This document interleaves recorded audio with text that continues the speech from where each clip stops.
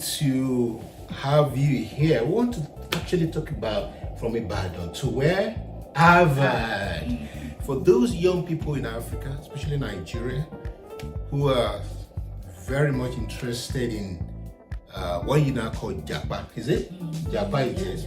Yeah, I left Nigeria almost 21 years ago. It was a different ball game then than the realities on ground now. In fact, I'm going to be doing a podcast with you, or webinar, at a certain stage that I titled, I wanted to live at 16. I ended up living at 41. So there is a process to this. But today, it's all about Gbemi, my good friend here, who is on our way to Harvard University.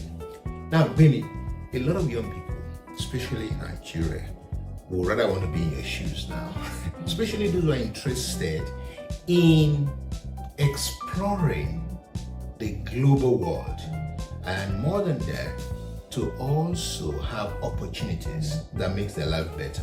But then, we're in Geneva now, where you've been for 3 years, and you'll be in Harvard because of this week. Take me back to, in a nutshell, we're going to do like 2 or 3 part series to this, from Ibadan to Harvard, how it all started. But now take me back a little bit before Geneva, in a nutshell, how these all started from Ibadan. Okay, so currently, thank you so much first for having me. You're it's welcome. a great honor and privilege to be on this remarkable podcast program. So currently I'm conducting a PhD research at the University of Geneva, which is focused on international trade in Africa. And so taking it back to the journey which had led to this place is, yes, my first degree was at the University of Ibadan. Where you studied law, Where yes? I studied law, yes. Okay. My bachelor's of law was at the University of Ibadan, and then proceeded to the Nigerian Law School. In Lagos? My law school in Lagos, Right. Victoria Island in Lagos. That's where we Nigeria. all go anyway. Everyone would go to Lagos to actually have a career for us in the big city. You know? And then from Lagos, I was after the masters in Lagos, so I was called to the Nigerian bar. You did a master's degree? No, For the law after school? the law school, Right. As a barrister and solicitor of the Supreme Court of Nigeria. Right. Then I practiced. Give it a thumbs up for yeah. Gbemi. I had a stint of practice for a couple of years, and while I was in that practice at the earlier stage in my career, in about 2-3 years after law school, I received the Shivlin Scholarship to embark on my master's program in the United Kingdom. So Shivlin is a program of the United Kingdom government where they select future leaders, as they call it, who are at the forefront of making impact from Commonwealth countries to study in the United Kingdom on the masters for 4 years. 1 year fully funded. Good one. Let me just interject there, because a lot of people really are not very much aware of their own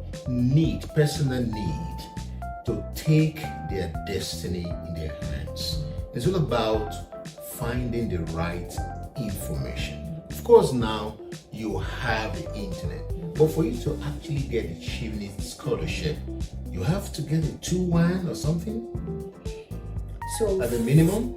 for the Shivlin scholarship specifically, the criteria for different scholarship differs. Okay. But for the Shivlin scholarship, I had a 2-1 from the University of Ibadan, and that's like, I tell people, yes, it's good, let's work towards good grades, because it gives you an advantage. A springboard. Yes, a springboard. However, different scholarship have the criteria. Some emphasize, yes, academic excellence, so you can see maybe other people with first class get those scholarships, and it could also be about the quantum of funding that is available for that scholarship. Good. But speaking to Shivlin particularly, they prioritize not just academic excellence but social impact. In fact, they say they select you because they see you are making impact in your community, and they see that you have a potential to be a future leader. So that's a major criteria, because I finished with a 2-1. Yes, I got children. I've also seen people who finished with a 2-2. I have examples of people who finished with a 2-2 who were able to put their application forward and were able to put forward social impact programs they've done.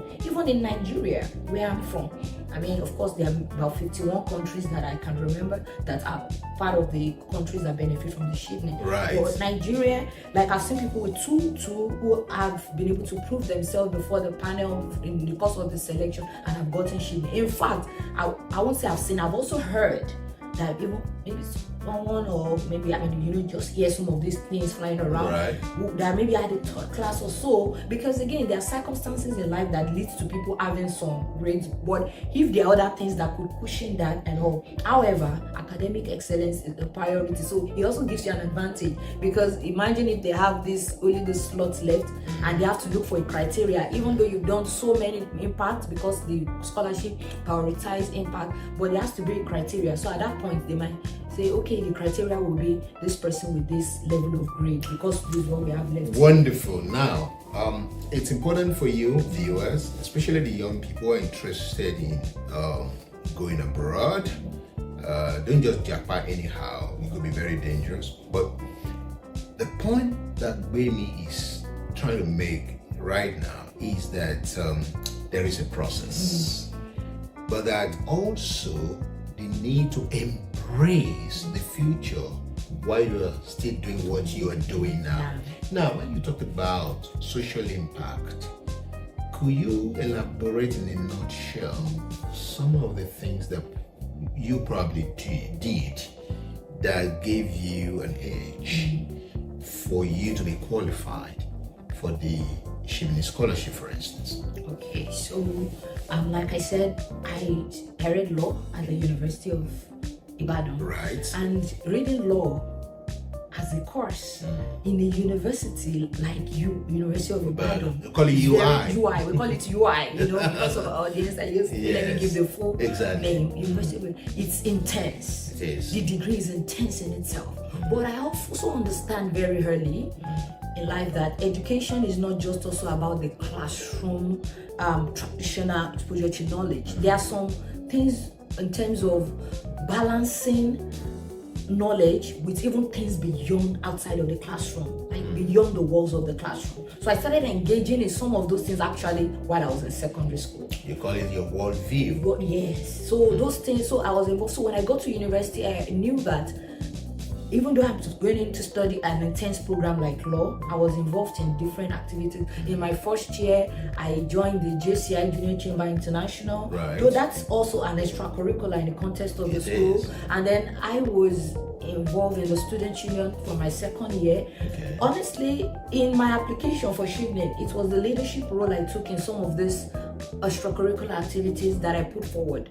Even though when you're applying for, I use Shibnin as an example because that's my own experience. I use some other schools. There's so many other. You put your academic work, but then you also put the extracurricular. There are different in Shibnin. There are different essays you write. There's a leadership essay, networking essay. In those stories, you are not writing about your academic work, you are not writing about your leadership experience. And people would say, oh, I'm just out of university, no leadership, I have not worked. The leadership experience is not about work. It's not about like work you have done in a corporate setting. It could be what you did in university. As a matter of fact, for Shibnin, my leadership essay, I wrote what I did in GSS 1 of my secondary school. Wow. Yes. You were actually GSS 1 at the age of 11. A trailblazer. I told that story. Wow. And I tell people even when I speak on different programs, because there are some specific platforms where people organize and want us to talk to people, prospective applicants and all. I tell them I shared a story of what I did at age 11. I said, so no experience is insignificant, but the most important is, did you put yourself out there to even have those experiences? And leadership is not about title. In the place of volunteering, even while you're in university, those are the leadership examples that you can share.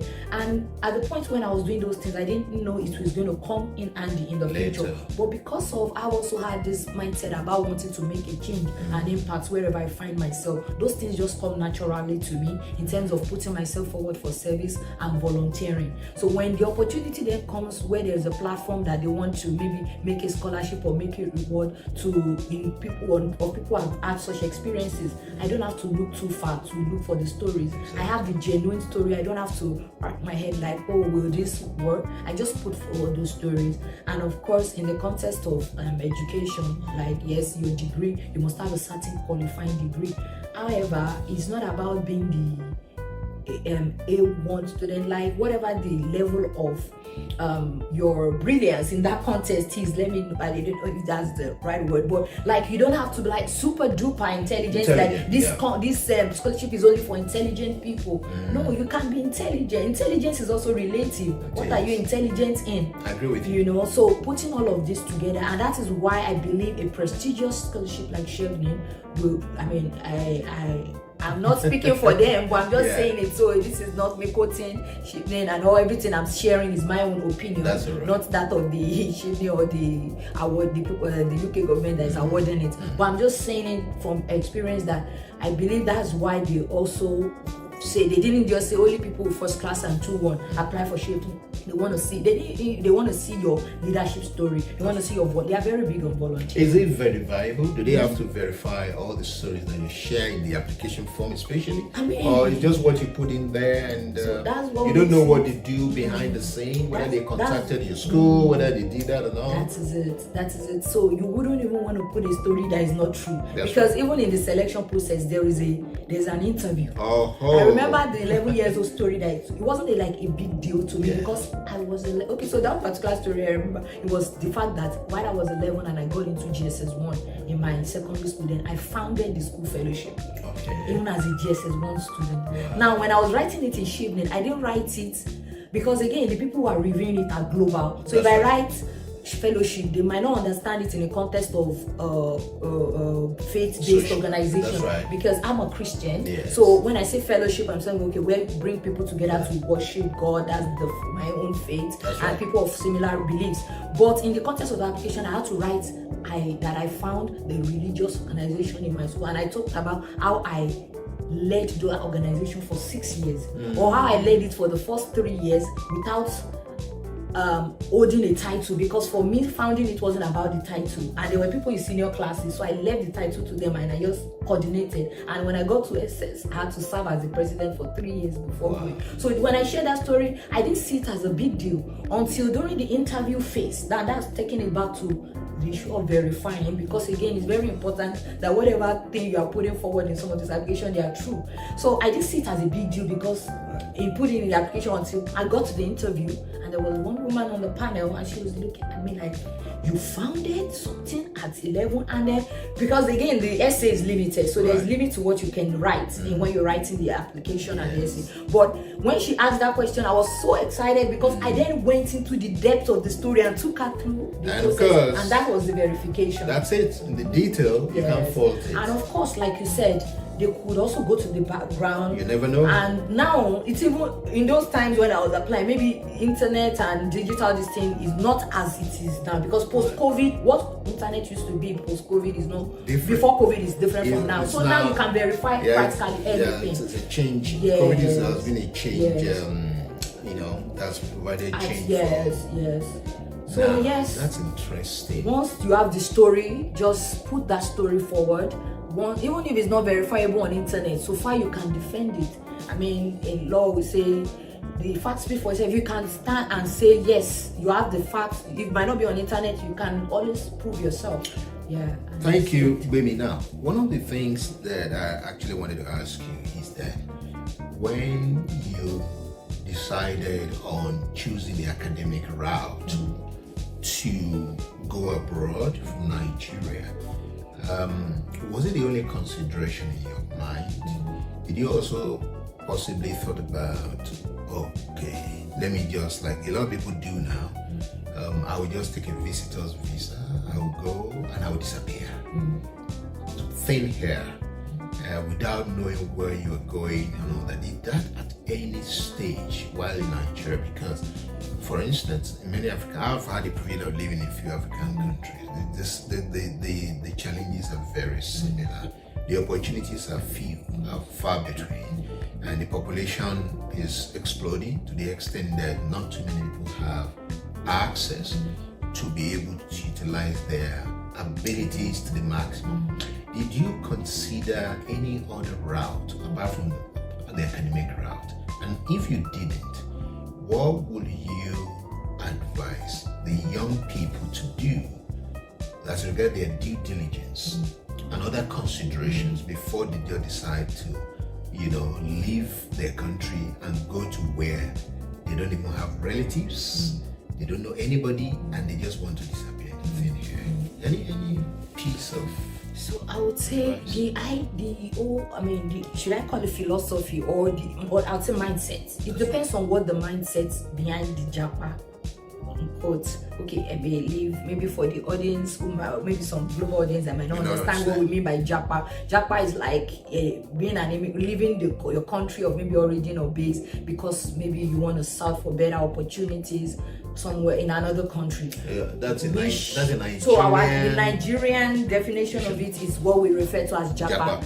And from my own interpretation, like I said, it's about mindset. If I go with what I see as my own interpretation, there is nothing wrong in living where you are to seek for better opportunities. Excellent. Even God, based on my faith, told Abraham in the Bible that leave your country and go to the land that I will show you. So life is full of uncertainties, but it depends on what's your mindset, and your mindset behind it, in terms of the purpose of it, is what will inform your action and the extent to which you will go. And that would then inform your value. That would then be inspired by your values that will determine you. That will help you in determining what route to consider. Right. Which, if with the right values, has to be legal. Because you don't want to go somewhere and be hiding, which happens in some instances, or go through some rivers or risk your life and all that. So there are better ways of doing it, and that's one that we are talking about, education as a route, and then maybe other routes you could consider. However, for me, it wasn't about the doors that opened to me, even in terms of stepping out of the country through the education route, where I didn't even envisage on the platform of I want to leave the country, because I'm a very patriotic Nigerian. Great. Because I see myself as a change agent. So I see myself as a part of the solution to the challenges in Nigeria or in my country, developing countries, wherever you find yourself.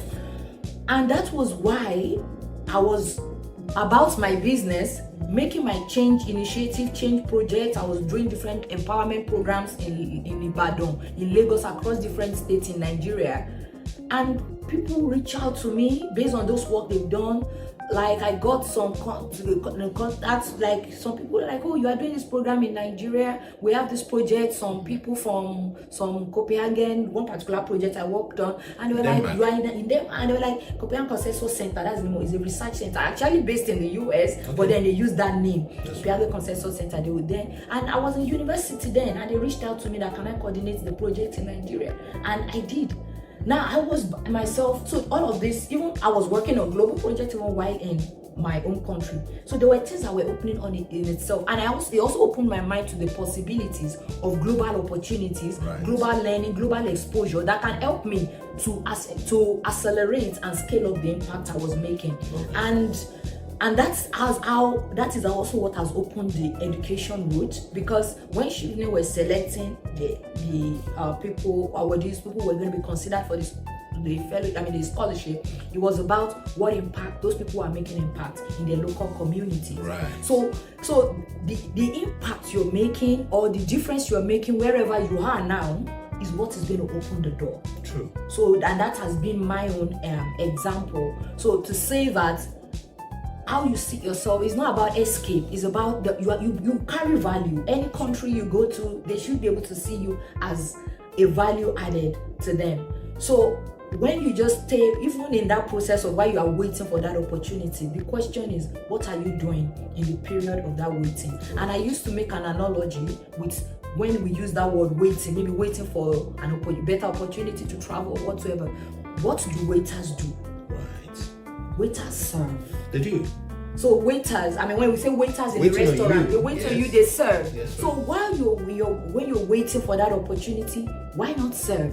so that when the opportunity comes, the report card will be the evidence of the service that you've done. And now service could mean anything in different contexts. Maybe you are doing some things in your local community, you're making an impact and all of that. They will call you, somebody will reach out to you and say, we've seen you doing this thing, we want to be able to see you maybe come. It might be through education, it might be through fellowship, scholarship. There are many of these things. It could even be through jobs, which is the beautiful thing, that even those who are going to school, at the end of the day, is like you get a good job. That's true. And to be able to then plan your life and continue to live the purposeful life you want to live. Right. So Japa in itself, there's nothing wrong in it. In fact, for me, moving to Switzerland gave me a deeper perspective of it. Now, Baby did his master's in the UK. In the UK. That's with University College London. UCL. Yeah. Now, I think you've been very blessed because you went on a scholarship there, and then you came to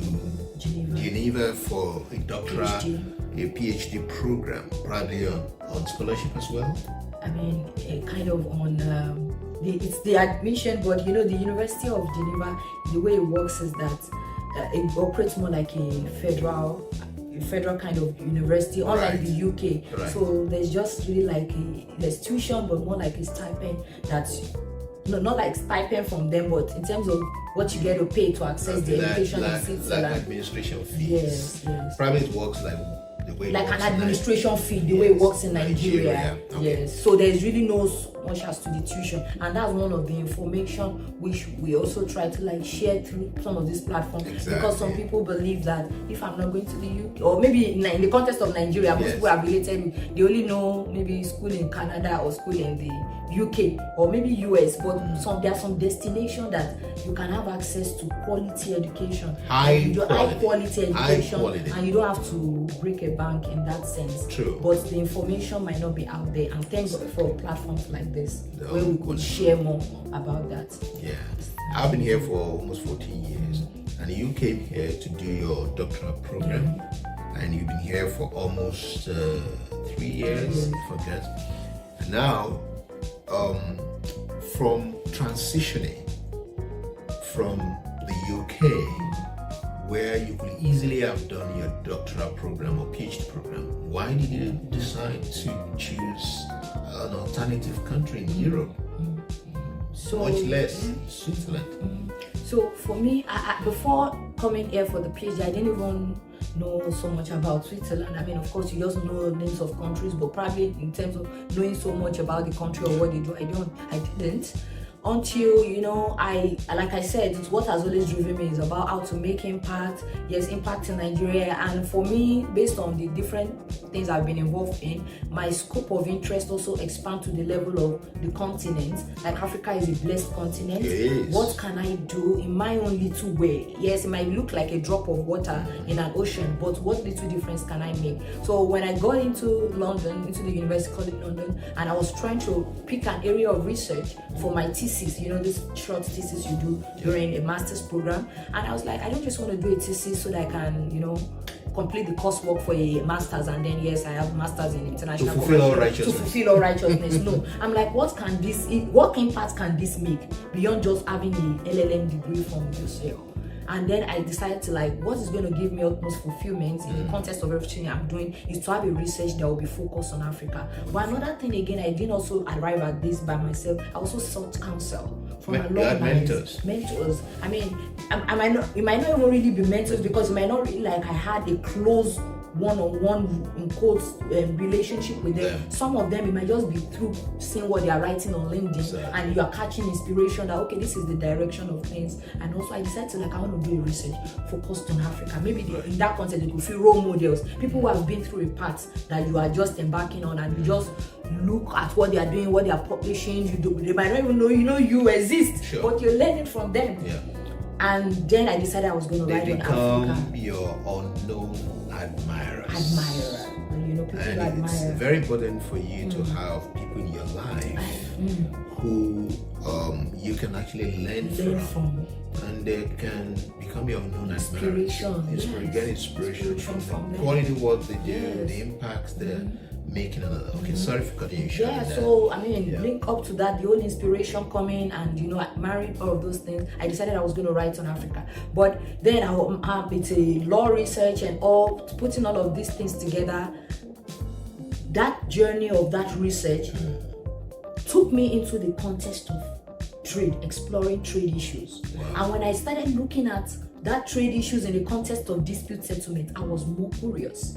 But there's only little you can do with a master's research, because it's just a master's research of maybe 3 months or this thing in the context of your 1-year master's program. And I told myself, this is interesting. I would like to dive deeper and really make something that will be substantial. And while I was still concluding the program in London, got on a project. It was the COVID year, you know, collaborated with other academic scholars across different countries. We're designing a solution for trade.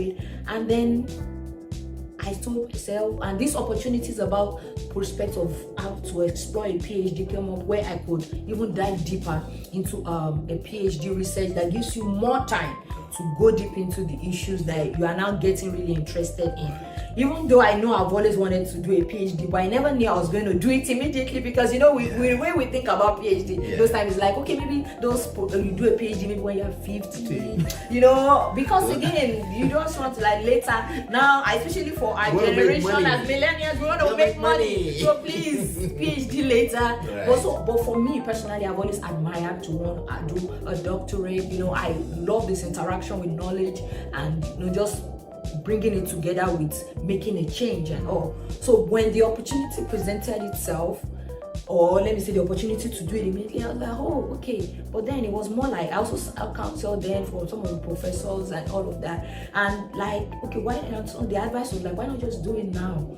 I mean, if you intend to do it in future, you could as well just do it now, and then you are done with anything education, or academics, you know, academics, and then you can dive into anyway. But you never stop learning. Yeah, we really never stop learning. But I think you can put a title behind your name, and then you can do some other important work. We're not going to lie. Open doors. The prestige of the title, if we like to say it or not, is also part of it. That might not be the primary driving force, but it's part of the specs that comes with it. So you use it too, you know. But for me, it was about also that deeper, it's going to give you into knowledge to be able to make the difference you want to make. So when I decided it was trade, and I started doing my research, because I researched a lot, especially, and when I say research, not just academic research, even when I need to get information about something, I go to the extra mile of researching and finding out. And research is not even, is beyond just even what I do myself. I ask questions, I seek knowledge. I mean, there are many times even we have spoken, which some of the advice of your experience has imparted on some of the decisions I've made, which normally those kind of things you're going to hire or maybe pay a consultant or counselor, you know. So, and these things are really around us. So when I say research, I talk about it holistically. Right. So, and in the course of my findings, I saw that most of the trade institutions are based in a country called Switzerland. That's true. And I was like, okay, where will be the ultimate destination to have a research like this? Not like you can't do it in the same, maybe you in the same school where I was doing my master's then, or in any other part of or any country, any other part of the world. But I feel being in a center like this, in terms of the access to resources, to materials, and that was the reality of one institution. So that was why I chose Switzerland as a country of destination, and Geneva in particular in Switzerland, because that's where the trade institutions are all based actually. So and that has really impacted on my research. For your information, in Geneva we have the World Trade Organization headed by our own Dr. Okonjo-Iweala. We have the International Trade Center. We have the UNCTAD, United Nations Conference on Trade and Development. And so many other trade NGOs too, research centers and all. Beyond that, we also have high-profile wealth management systems and training organizations. So many. You might even be wondering what is so serious about the Geneva. 33% of global commodities are actually traded here in Geneva. So eventually you got into University of Geneva and you were able to survive for almost 3 years now. And somehow God opened a new door for you to go to Harvard. in a nutshell, because you see, young people especially don't spend all your time wallowing in self-pity or talking about your country. Oh, we don't have this, we don't have that. In fact, my mother used to tell us when we were young that you cannot be a lizard in Lagos and expect to go and be a lion in London. You get that? You got to become a lioness or a lion in your own country if you have to be able to go out there and navigate the complexities of many of these developed countries. So and nothing should stop you from aspiring to your greatness. But the important thing that I have seen from your story is that there's always a time for preparation. If you don't prepare, it is very unlikely that you'll get the best results. And when you get mediocre results, when you come into a country or some of these countries and you're not well prepared, not well informed, you might fall into a lot of pitfalls, things that could shape your future or alter it in a very negative direction, much less than what you anticipated. And you don't want to do that. So while it's good to Japa, I mean, I will tell you my story later. I wanted to leave Nigeria at the age of 16. I got admitted to the US at the age of 16. And of course, I didn't have the money to go then. I got to the university admission in Nigeria, and until 41, I was in Nigeria doing my thing, getting myself ready. Yes, serving in all parts of the country, you know, work with people, do my own businesses in Kano, in Bauchi, in Makurdi, all these places. Drove many times from Lagos to Kano, and eventually I knew I wanted to leave at some point. But look, I wasn't just like folding my hands. I was doing my best, my very best. Now, to get to Harvard, you need to do your very best. You need to be. It's an Ivy League. It's the creme de la creme of candidates. What is it that you did, or is it just a miracle, or is it just prayer, or is it just something that dropped on your laps? Because you're going to Harvard for to probably almost finish your program and probably live in the US on a platter of gold. So can you just take us through in a nutshell? What is it? You know, how did information, having correct access to information, probably some form of mentoring?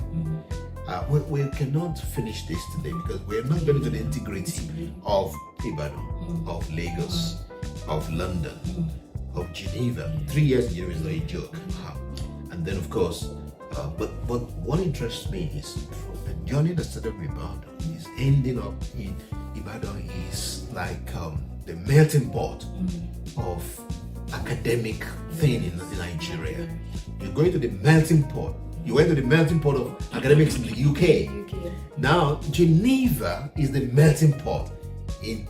It seems that there must be something about you. You know, and you're going to the melting pot in Boston.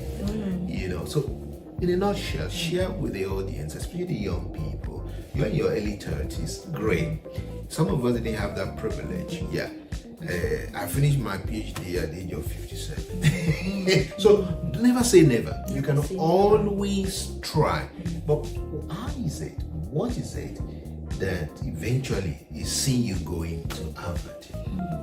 So, you know, you said at the beginning, like, okay, is it just a miracle? I would say a strong affirmative yes to that. Yes. So it's a miracle. I pray for your miracle too. It's a miracle. Pray for your miracle. Yes, and you know, and I say that as a person of faith, because at times, when the way I look at some of these opportunities, at times maybe some of us even write ourselves out by not even applying because you feel it's not me they are looking for. And that is why I said I say a strong yes to that it's a miracle, to not to make you feel okay, yeah, when miracle happen, I'm not gonna do anything. No. The reason why I'm saying yes, it's a miracle, to know that, to let you know and let every young person out there know that everyone can become whatever they want to become in life, irrespective of their background or prevailing unfavorable circumstances. That's right. Every young person have got what it takes to become whatever you want to become in life, and that has been my own mindset. Of course, I would say that this has also been strengthened by my faith, because there are times you will definitely doubt yourself. We have different, we will always, like even at this point, I still get to certain things and you want to doubt yourself, but that's where that push comes in and says that, then you go and look at your track record. No, if this happened, this is just another contest, then I can. So, and that I can comes from the place of the confidence of what you have seen happen in your life. So most of us write ourselves out of those opportunities because we believe that we are not enough. Don't bother about being enough. No, don't think, oh no, it's only for people with first class. I even finished with a 2-2. I even just managed to finish with a low 2-2. No, there are opportunities for you. And one thing is this, like I said, I believe in miracle, but when miracle happens, rules are suspended, formalities are waived, protocols can be broken. You got that? It can happen, but the most important thing is what is driving you. But again, based on my faith, the Bible says that it will crown out your effort with success. So that brings the balance to the answer that I gave, that yes, it's a miracle.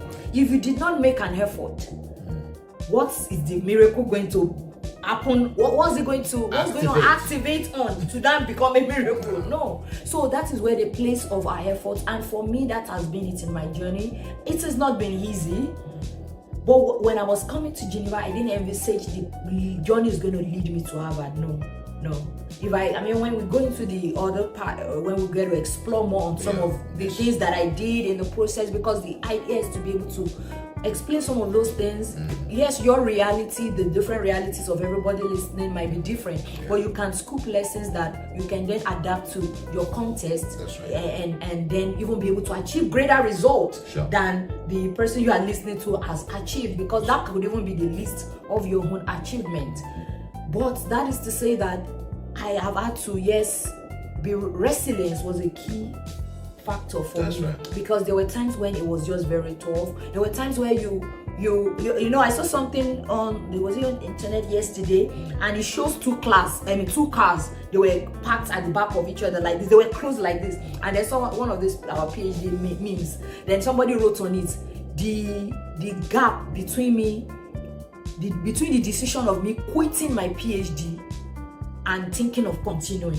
So like if you ask most PhDs and all, you've always been there, and even throughout probably the 4 years or 5 years of your PhD, you're always at that point where you are rethinking your life decision. Is this what I should even be doing? But what keeps you going even when things get tough is your resilience, and that's what happens in other things we want to do in life. So on this PhD, I didn't know that at this point in my third year or the idea about that I would be having the opportunity to access an education in Harvard. Prestigious in Harvard. Like but because I've always also kept pushing the effort, doing my own part. Right. It could be very tough then, doing everything I needed to do. So when the opportunity presented itself and we were told by the faculty to make a submission and application, I had to write everything I've been doing, even though some of them had been very tough, a rigorous PhD program. I tell my people, I say, no, nothing prepares you for a PhD journey. You've never done it before. True. So even what you envisage, you're just seeing all sorts and you're rethinking your life decision. We have had people who have resigned in the process without prejudice to their choices, because there's nothing wrong in thinking a path was for you. You got into it and then you see that, I want to leave. The most important, at least you dared it, So, but again, it's another type of determination to say, no, I'm not going to leave. I'm going to see this to the end because I'm a finisher. So I call myself a finisher, but not finishing in the wrong direction. And that's where, for me, my faith also plays a major role, because in seeking the guidance of God. So what represents that in your own life and all, in terms of seeking a divine direction, to know that this is the path I should be. So I held on to the fact that I'm going to continue no matter how rigorous things are. And when this opportunity presented itself, I submitted, and at the level of the faculty, based on, for example, this Harvard program is where the faculty gets to nominate a master's and PhD students, to go for it based on the agreements that my institution has with Harvard, which I never even knew existed. I never knew such even existed. So when I saw it, presented everything I've been doing all this while and all, and then I got this news from the faculty, the selection panel have now nominated you as the one only one, at least, because I think it's based on semester and all, and based on all that. So at least for this particular cycle, that you are the one to go. And I'm like, wow. You know what I'm going to tell you? And then Harvard even have to still also make their own approval, because just like you said, Harvard has its own standards. So it's not just about, we have an agreement, just send us. So because even when the faculty wrote me, they said still subject. They made me know that it's subject to the approval of Harvard. So there were some processes they had to do. Look at it. Does this fit the context of the standard of this person project? Does it fit? I had to present all of those, and then I got the decision also from Harvard in terms of their own confirmation. And here I am preparing to go to Harvard too. Now, thank you for sharing this inspiring story of yours with us. And I want to just let you know that excellence opens door for anyone, irrespective of your race, religion, skin color, ethnicity, or whatever disadvantage that you probably might have had. The only person that can limit you is yourself. And many times people are very ignorant of the opportunities that are available for everyone. But I think I just need to say this, because I've worked with Gbemi over a few times, that even as a doctoral student in the university here, she have had to, at few times, become nominated to run a program or sessions at the WTO Public Forum. She's been nominated at some time to chair and organize an African-wide initiatives or speaking programs at UNCTAD and at other fora like that. She even tried to set up Swiss African Trade and Investment Summit here, which I have participated in. So imagine if you don't have all these inputs, what are you going to present? What do you present? So opportunity meets preparation. Preparation meets opportunity. That is when they said you should work and you should do what? You should pray. It goes together. Yeah. Prayer without work is just a waste of time. So we do the work, and we don't say because we're blacks or we're Africans. No, opportunities is for everybody. The people that competed for this Harvard space as a scholar, they are from everywhere. They're global, from everywhere in the world, and all citizens and all that. Even the people in our own class who are citizens of this country who submitted the application for this cycle were not selected. So I just want to encourage you that, we've discussed a little more based on the academic route, but essentially we're speaking to the mindset of young people that are so desperate to leave their country. Meanwhile, the advantage or the platform on which you can outcompete everybody in the world is you possibly to speak as a voice of an African to the global audience. And if you know very little about that, then honestly, whatever you have may not hold water. So in rounding off, just what would be your parting message for for anybody in 2025 who, from any part, especially any part of Africa, who is thinking, okay, and this year, some of them even go to the mountains, 21 days, 40 days praying. They just love to leave their country. Meanwhile, the people are getting blessed right in that country. And in your own estimation, will you think that coming abroad, is for everybody? Because sometimes some people miss it. They just come here and that's the end of their destiny. What advice or parting message will you give to anybody who is so desirous? Don't even speak as it relates to academic route. Speak to experience of what you have seen in London, what's in Geneva, all that. You've traveled to Rome, you've been here and there. And sometimes you see a lot of Africans on the streets, some of them doing nothing, selling drugs or whatever.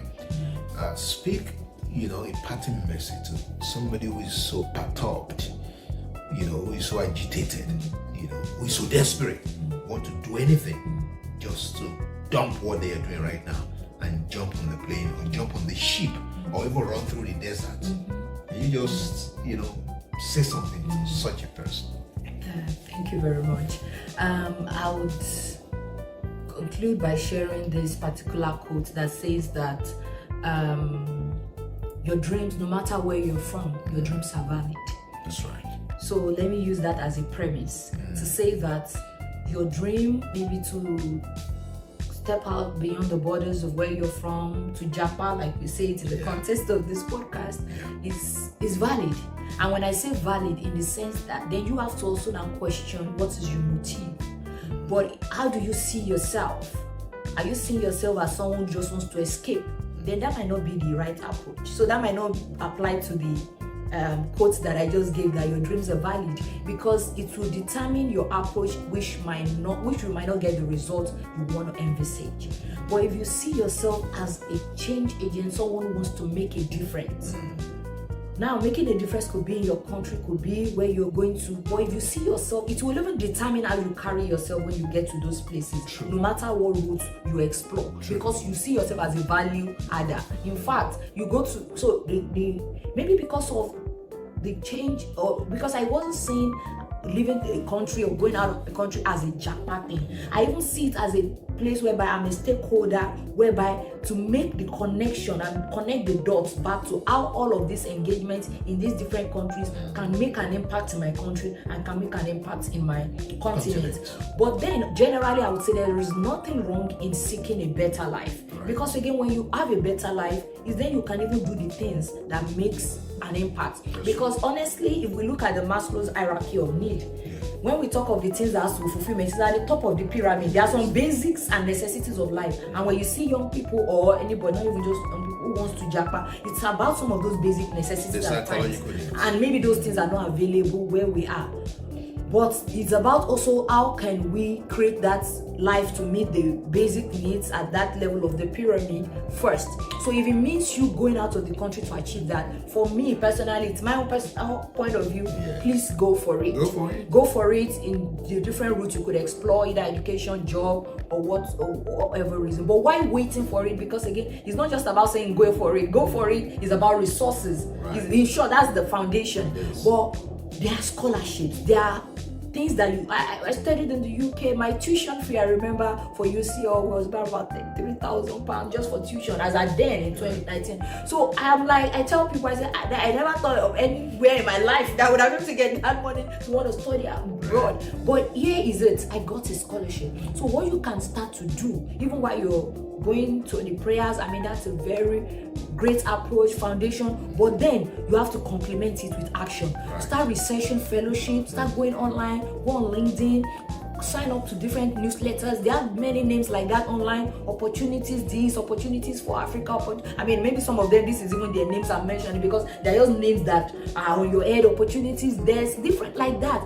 Look for them online and start bookmarking fellowships and all that. And these things are being paid for. And when you apply for them, they don't ask you where you're from. In fact, when they even for those that ask where you're from, that's more to the reason why they see that, oh, this person does not have the privilege in terms of maybe background where they are from, or the capacity, but look at what they have done. So, and how can you justify what you have done? You can volunteer.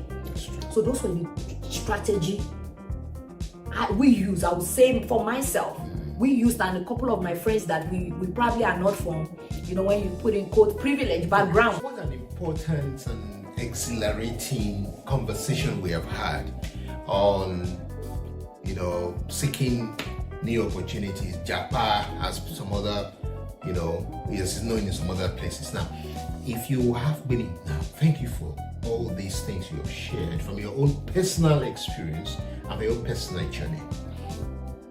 There is somebody out there who is so desperate, who will do anything to want to leave their country of origin in search for new opportunities. Now, if you have to give them maybe 3 parting shots, as it were, it doesn't have to be through the academic route, but generally speaking, from your own journey, what would you want to say to them in order for them to enrich their understanding of what it takes, to immigrate?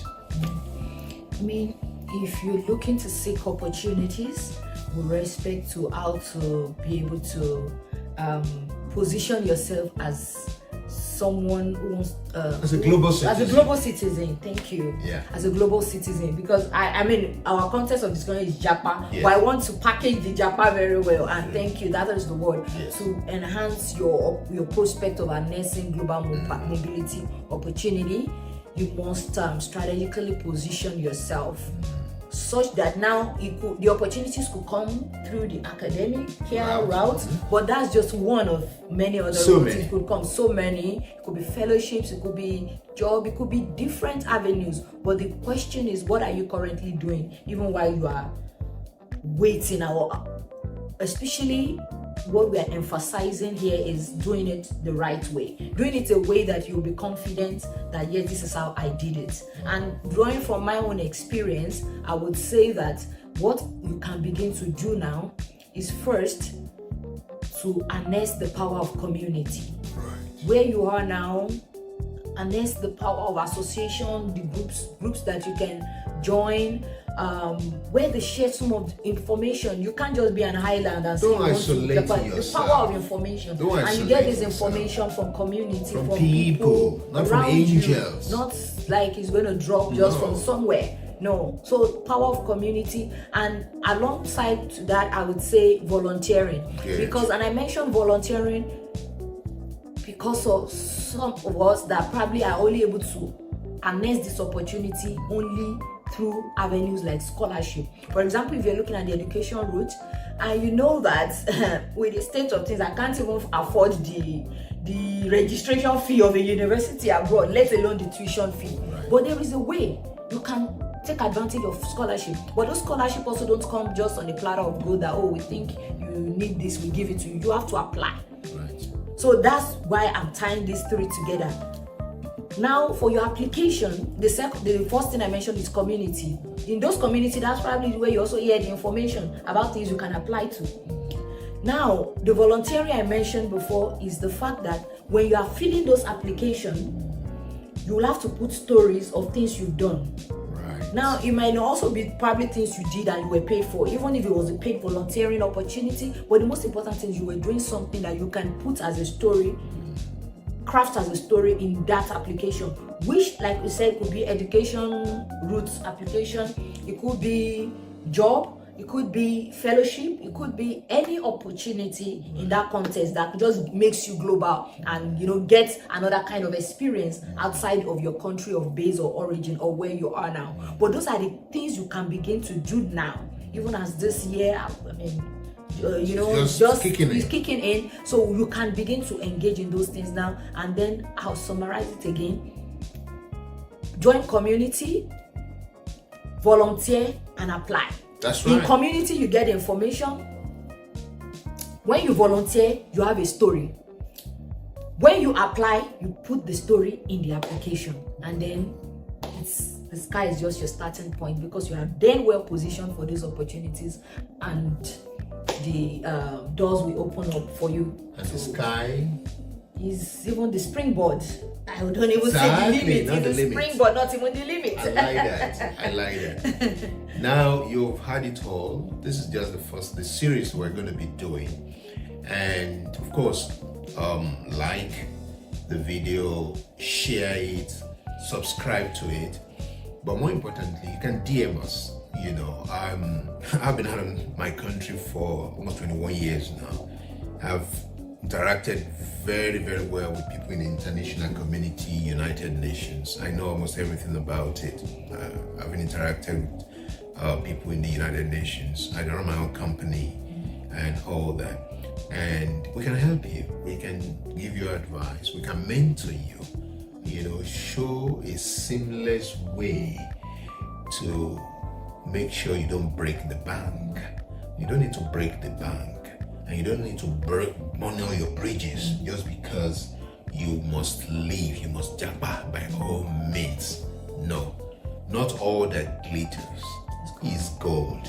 And for some of you, maybe, just maybe, where you are right now is where God wants you to plant and then to harvest a 1,000-fold increase. So whichever way you go, I just want to say that the journey of 1,000 miles starts with the first step. And once you take the first step of faith, every other things will unravel, will unfold. And we just pray that may your dream come true in 2025. See you again in the next video. Bye. Bye.